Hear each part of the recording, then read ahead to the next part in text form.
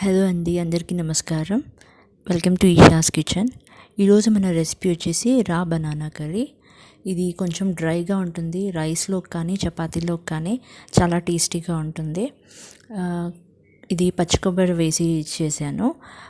So దీని preparation ఏంటో చూద్దాము మనం ఇప్పుడు. ఇక్కడ నేను పచ్చి కొబ్బరి హాఫ్ చెక్క తీసుకున్నాను, 2-3 పచ్చిమిర్చి అండ్ 2-3 వెల్లుల్లి తీసుకున్నాను. ఇవన్నీ ముందు మనము మిక్సీ చేసుకోవాలి.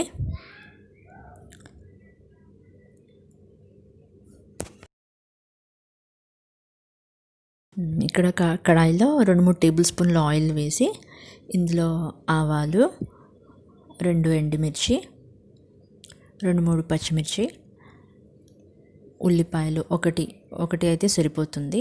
నేను అరటికాయలు 2 తీసుకున్నాను. సో ఒక ఆనియన్ వేసి పసుపు, సాల్ట్, హాఫ్ టీ స్పూన్ పసుపు, కొద్దిగా సాల్ట్ వేసి ఫ్రై చేసుకోవాలి.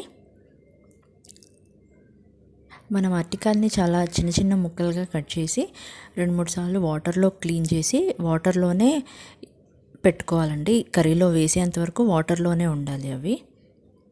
సో ఇవి ఫ్రై అయ్యాక అరటికాయ ముక్కల్ని ఇందులో వేసేస్తున్నాను.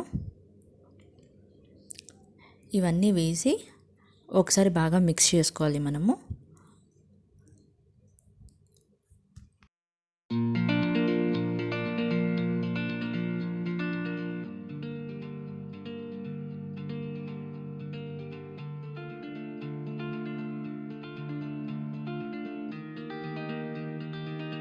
ఇప్పుడు మనము హాఫ్ గ్లాస్ వాటర్ యాడ్ చేసుకోవాలి. ఇందులోనే హాఫ్ గ్లాస్ వాటర్ యాడ్ చేసుకొని మూత పెట్టి 3-5 నిమిషాల వరకు క్లోజ్ చేసేయాలి లిడ్ని. 5 మినిట్స్ తర్వాత మూత తీసి చూసి వాటర్ అంతా ఎవాపరేట్ అయిపోయి ఉంటుంది, ముక్కలు కూడా బాగా ఉడికిపోయి ఉంటాయి. ఇప్పుడు మనము ఇందాక పచ్చి కొబ్బరి మిక్సీ చేసుకున్నాం కదా, ఆ తురుము ఇందులోకి వేసేయాలి. ఇందులోకి వేసేసి ఒక్కసారి కలుపుకొని మూత పెట్టేసుకోవాలి. మనము పచ్చి కొబ్బరి తురుములో కూడా పచ్చిమిర్చి యాడ్ చేసాము అండ్ అరటికాయల్లో కూడా యాడ్ చేసాం కాబట్టి ఎక్కువ అక్కర్లేదు. ఒకవేళ కావాలనుకున్న వాళ్ళు చిల్లీ పౌడర్ కూడా half teaspoon chilli powder కూడా యాడ్ చేసుకోవచ్చు.